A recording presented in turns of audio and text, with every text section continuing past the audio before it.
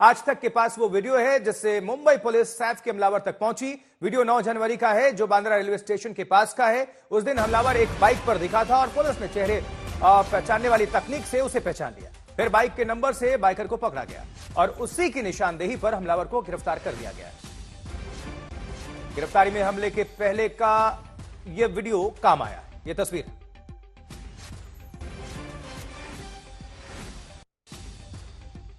तो यही वो वीडियो है जिसके आधार पर हमलावर गिरफ्त में आया।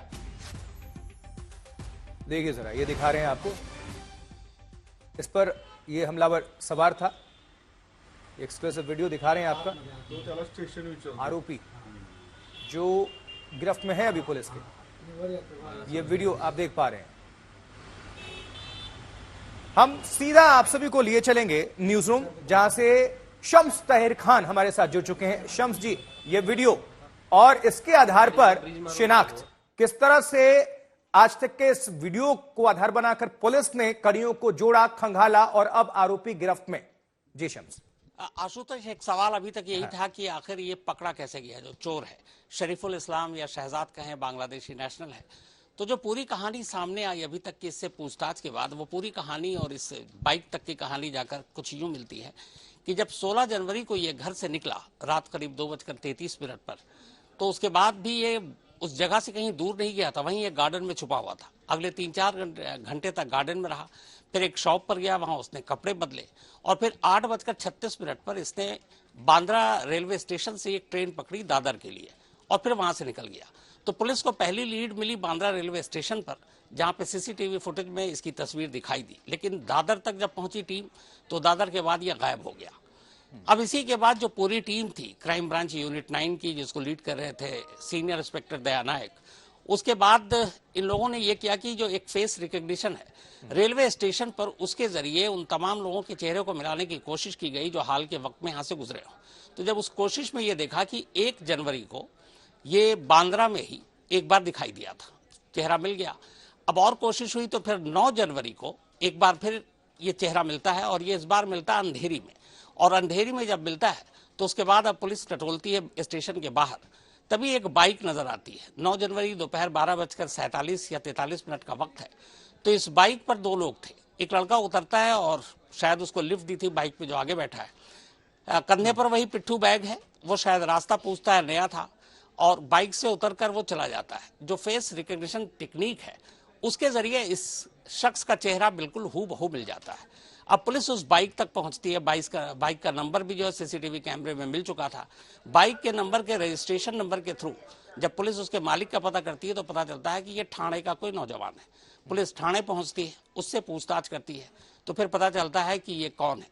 और इसी के बाद फिर पुलिस ठाणे जाती है और वहां एक लेबर कैंप में एक शख्स मिलता है और वो वही शख्स है जिसकी सीसीटीवी में सारी तस्वीरें थी और वो बिल्कुल मैच कर गई। पुलिस उसे उठाती है, उससे पूछताछ करती है, वो अपना जुर्म भी कबूल करता है और फिर वो बताता है कि असल में वो सैफ अली खान को नहीं जानता था, ये भी नहीं जानता था कि वो उसके घर में चोरी करने जा रहा है और उसका मकसद चोरी था, लेकिन छोटे मोटे हथियार लेकर गया था, चाकू भी छोटा था। लेकिन जब वहां पहुंचा तो कमरे में अचानक 3 औरतें और खुद बाद में सैफ अली खान आ गए। अब उसे लगा कि क्या करें, तो अपने आप को फिर बचाने के लिए उसने उन लोगों को डराने के लिए चाकू दिखाया और हमला करने की कोशिश की। फिर जब सैफ के साथ गुत्थम गुत्थी हुई तो उसी में उसने चाकू चला दिया और फिर 6 जगह पे जख्म है सैफ को। एक मेड जो है स्टाफ, उसकी भी कलाई पे चोट लगी। फिर वो वहां से निकलकर भागता और घबरा गया था क्योंकि उसे दिख गया था कि खून बह रहा है और तब तक उसको ये भी अंदाजा हो गया था कि उसकी हाथापाई किससे हुई है, वो एक सेलिब्रिटी सैफ अली खान है।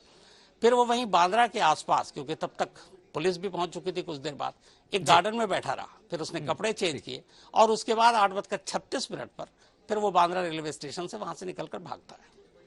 शम्स जी, आपका बहुत बहुत शुक्रिया इस पूरी खबर पर विस्तार से जानकारी दर्शकों के बीच रखने के लिए।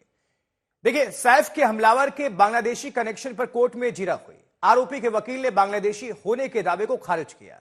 बांद्रा कोर्ट में शहजाद के वकील ने कहा कि वो भारतीय है।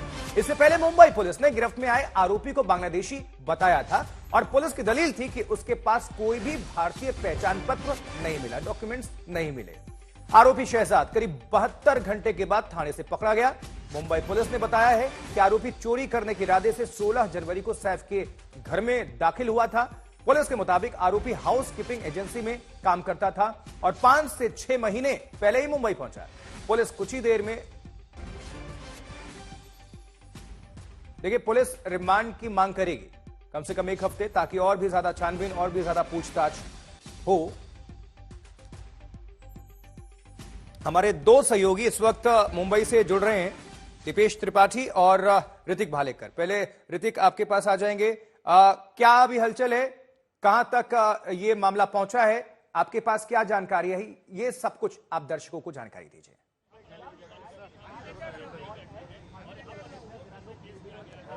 जी बिल्कुल, देखिए 1:55 को आरोपी मोहम्मद शहजाद को बांद्रा के मजिस्ट्रेट कोर्ट हॉलिडे कोर्ट में पेश किया गया है और अब डिफेंस लॉयर और पब्लिक प्रोसिक्यूटर के बीच जिरह शुरू है।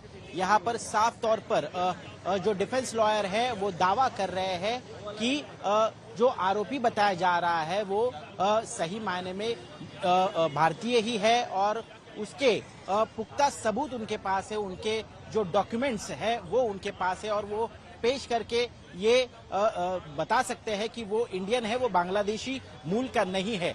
तो वही दूसरी तरफ जो पब्लिक प्रोसिक्यूटर है वो दावा कर रहे हैं कि आरोपी को बखूबी पता था कि वो क्या कर रहा है। वो एक सेलिब्रिटी एरिया में घुसा सिर्फ चोरी के इरादे से नहीं, बल्कि उसने जानलेवा हमला भी सैफ अली खान के ऊपर किया है और इसी कारण कई सारी इंजुरीज, ग्रीवियस इंजुरीज जो है वो हमें देखने को मिली है और इसके चलते हमें आगे की पूछताछ करनी है। जिस हथियार से, जिस चाकू से सैफ अली खान पर 6 वार किए गए थे, उनके 3 हिस्से हैं और उसमें से एक हिस्सा जो है उस पर खून लगा हुआ है, उस खून की जांच उन्हें करनी है, वो हिस्सा उन्हें नहीं मिल पाया है और वही जानकारी हासिल करने के लिए 14 दिन की पुलिस कस्टडी की मांग जो है यहाँ पर पब्लिक प्रोसिक्यूटर ने की है। हालांकि डिफेंस लॉयर साफ तौर पर ये मना कर रहे हैं और कह रहे हैं कि जानबूझकर उसे इस केस में जो है फंसाया जा रहा है। हालांकि अब मजिस्ट्रेट जो है दोनों तरफ की जिरह सुनकर अपना फैसला सुनाने वाले हैं। 14 दिन की पुलिस कस्टडी की मांग पब्लिक प्रोसिक्यूटर ने की है और कुछ ही देर में ये स्पष्ट हो जाएगा कि आखिरकार कितने दिनों की पुलिस कस्टडी जो है वो मजिस्ट्रेट यहाँ पर देते हैं। जी ऋतिक जुड़े रहिएगा, फौरन आपका रुख करते हैं, दीपेश का रुख कर लेते हैं। दीपेश, ऋतिक बता रहे हैं कोर्ट से जुड़ी ये खबर, लेकिन आप क्या इंफॉर्मेशन देंगे, क्या अभी इस वक्त आपके पास जानकारी इस पूरे मामले को देखते हुए? जी आशुतोष, देखिए अभी भी जो अभियुक्त है जिसे गिरफ्तार किया गया है शरीफुल, उसकी कस्टडी की मांग पुलिस द्वारा की गई है, कोर्ट में रखी गई है और जो उसके रिमांड के मुद्दे रखे गए हैं वो ये कि चाकू के 3 टुकड़े हो गए थे, 2 टुकड़े पुलिस को मिले हैं, एक सैफ अली खान के शरीर में था, दूसरा सैफ अली खान के घर से मिला है और तीसरा टुकड़ा जो है अभी भी जो अभियुक्त है उसके पास है। सबसे पहले तो वो रिकवर करना है। दूसरा, पुलिस को ये जानना है कि क्या उसके साथ कोई और था या कोई और व्यक्ति इस पूरे इसमें शामिल था। 72 घंटे तक हमला करने के बाद शरीफुल छुपा हुआ था, कहीं ना कहीं पुलिस से बच रहा था, तो क्या किसी ने उसकी मदद की थी?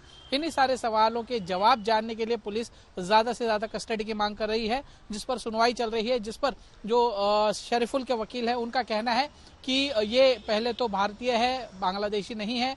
दूसरी बात कि इस पर इल्जाम लगाया गया है वो अभी तक साबित नहीं हुआ है और इसकी कस्टडी की जरूरत नहीं है, यानी कि जुडिशियल कस्टडी की मांग जो शरीफुल के वकील हैं उनके द्वारा की गई है।